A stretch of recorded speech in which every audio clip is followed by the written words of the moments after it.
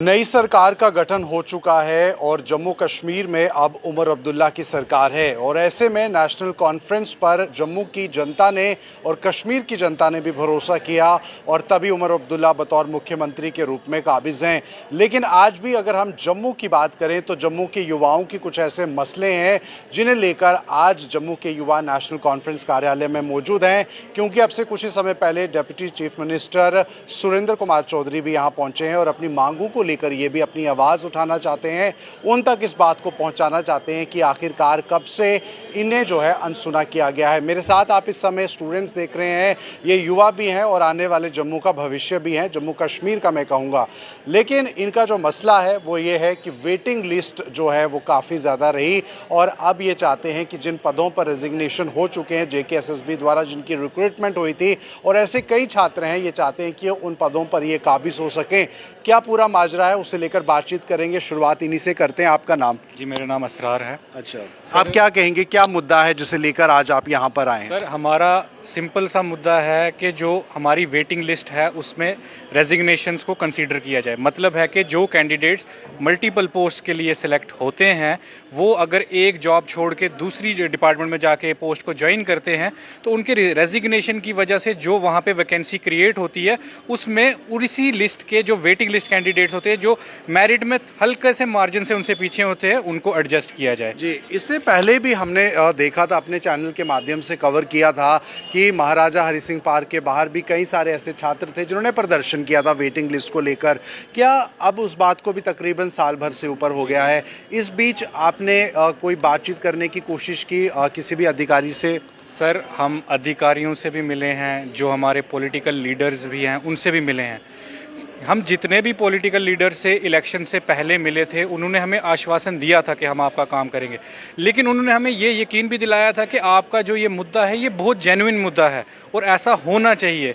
और अब हम उसी उम्मीद से, जब वो जीते हैं, गवर्नमेंट में आए हैं, तो हम उनके पास उम्मीदें लेके आए हैं कि अगर आपने उस वक्त हमें कहा था कि ये आपका मुद्दा जेन्युइन है तो प्लीज़ इसको हल कीजिए और ज़्यादा इसमें देर ना लगाते हुए इसको जल्दी से जल्दी हल कीजिए, क्योंकि हमारे पास इसमें एक टाइम लिमिट है 1 साल की और वो अब ऑलमोस्ट ख़त्म होने वाली है।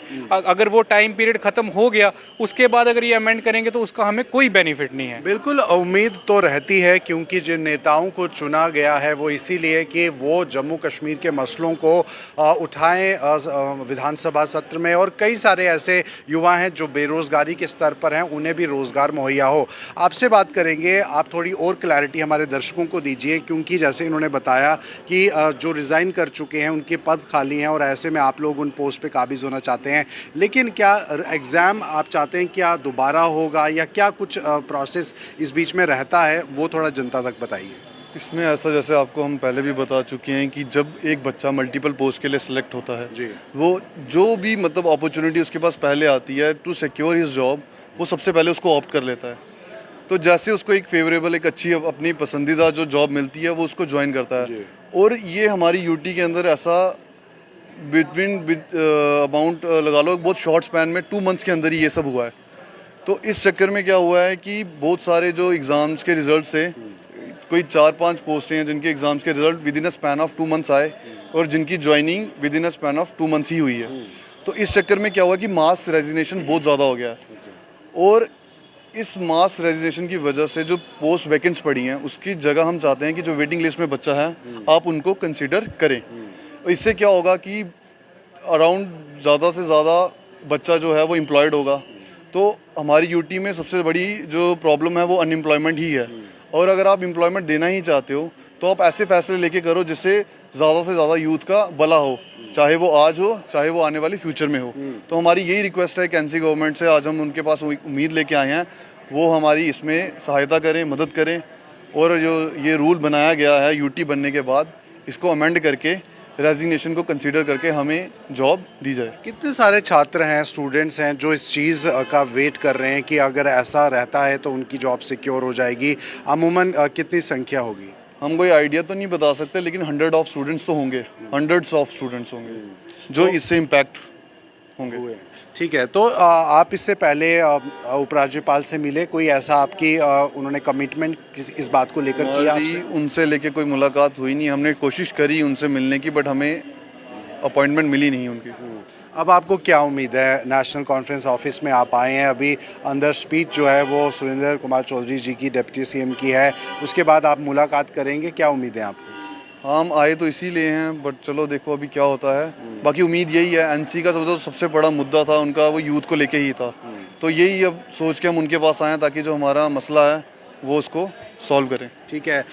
एक सवाल और है जाने से पहले, प्रेशर कितना रहता है, क्योंकि आपने बहुत तैयारी भी की होती है, आप उस तैयारी के बाद वेट करते हैं कि कब एग्ज़ाम्स की डेट हो, फिर डेट भी हो जाती है, और हमने बीते समय में देखा था कि बहुत सारी धांधली जो है वो रिक्रूटमेंट को लेकर भी हुई, चाहे वो एसआई के उसमें हुई या जो एजेंसीज एग्ज़ाम कंडक्ट कराती हैं उसे लेकर। प्रेशर कितना रहता है? सर प्रेशर इतना है कि वो हम अपने वर्ड्स में डिस्क्राइब नहीं कर सकते हैं सर। हर किस्म का प्रेशर है, सोसाइटी का प्रेशर है, लोग हमें देखते हैं कि ये सुबह से शाम तक पढ़ रहे हैं, तो फिर अब ऐसा होता है कि सोसाइटी आपका मजाक भी उड़ाती है कि यार तुम बड़े पढ़ते हो, ये करते हो, तो क्या तुम्हारा कुछ हो क्यों नहीं रहा है। और सर दूसरा है कि कई एग्ज़ाम हमने ऐसे दिए हैं पास्ट में कि जब हम वो एग्ज़ाम दे के घर आते थे तो हमें फील ऐसा होता था कि यार ये तो सिलेक्शन हो गई, लेकिन 10 दिन या 2 महीने के बाद पता चलता था यार वो तो स्क्रैप हो गया, उसका कोई फ़ायदा नहीं रहा। फिर हमने दोबारा से दिया, उसके बाद अब हम जो हैं किसी का 0.1 मार्क्स कम है, किसी का 0.2 है, और ऐसा नहीं है कि हम बोल रहे हैं कि कोई हमें एक्स्ट्रा पोस्ट दो आप ज्वाइन करने के लिए। मतलब अगर आपने एसआई की 1200 निकाली हैं तो हम उन्हीं 1200 में से खुद की एडजस्टमेंट मांग रहे हैं। पीडब्ल्यूडी जेई है, अगर वो 855 पोस्ट हैं तो हम उन्हीं में से बोल रहे हैं कि हमें एडजस्ट करो, कोई बाहर से नई पोस्ट नहीं मांग रहे हैं, क्योंकि वहाँ पर जगह खाली हुई है रेजिग्नेशन से। हमारी यही रिक्वेस्ट है कि एटलीस्ट जो आपने नंबर एडवर्टाइज किया था, जिनके लिए आपने एग्ज़ाम कंडक्ट करवाया था, और हम कोई ऐसे बाहर से नहीं आए हैं, हमने वो एग्ज़ाम क्वालिफाई किए हैं, अच्छे नंबर्स लिए हैं उसमें। जो ये हमारे जेकेपीएसआई के कैंडिडेट्स हैं, इन्होंने तो 3 स्टेज को क्वालिफाई किया है, रिटन, फिजिकल और उसके बाद मेडिकल भी क्वालिफाई करके आए हैं, तो इनका क्या कसूर है। अब ये कुछ हमारे जो एसआई में कुछ कैंडिडेट्स ऐसे हैं कि जिनको अब नेक्स्ट टाइम अगर एसआई की वैकेंसीज आएंगी तो वो उस एग्ज़ाम में ही बैठ नहीं सकते हैं, क्योंकि वो ओवर एज हो गए, क्योंकि जब उनने फॉर्म भरा था वो 28 साल के थे, आज वो 32 साल के हो गए, और ये एग्जामिनेशन प्रोसेस अभी भी कंप्लीट नहीं हुआ है एसआई का। तो हमारी रिक्वेस्ट है कि प्लीज़ इस मसले पे देखिए, क्योंकि गवर्नमेंट कह रही है कि हम 1 लाख नौकरियां देंगे, जब उनके भी एक साथ एग्ज़ाम करवाए जाएंगे और ये वेटिंग लिस्ट वाला इशू रिजॉल्व नहीं होगा तो वहाँ पे भी ये मास रेजिग्नेशन की प्रॉब्लम फिर दोबारा से आएगी और इसका कोई हल नहीं होगा, और फिर वही डिसअपॉइंटमेंट का हमें सामना करना पड़ेगा कैंडिडेट। बिल्कुल, जम्मू का युवा जो है वो पहले ही बहुत परेशान है, क्योंकि नौकरियों को लेकर इतनी अपॉर्चुनिटीज़ जम्मू शहर में नहीं है, लेकिन ये छात्र, इनका जैसे कहना है, कुछ ज़्यादा नहीं मांग रहे, इन्हीं के एग्ज़ाम जो इन्होंने दिए हैं और कुछ नंबर से कहीं ना कहीं जो कमी रह गई, लेकिन अब चाहते हैं कि वो जो वेटिंग लिस्ट है उसे फिल किया जाए ताकि इनकी जो समस्या है वो ख़त्म हो, और इनकी समस्या ख़त्म होने का मतलब है जम्मू में बेरोज़गारी स्तर भी ख़त्म होना। और सिर्फ जम्मू की बात नहीं, जम्मू कश्मीर की ये बात है। तो हम उम्मीद करते हैं कि इस वीडियो को भी जो है कंसर्न अथॉरिटी तक पहुँचाया जाए ताकि उन तक भी ये जानकारी साझा हो सके। फ़िलहाल इस इंटरव्यू को लेकर आप अपनी राय कमेंट बॉक्स में साझा कीजिए। मुझे दीजिए इजाज़त, नमस्कार।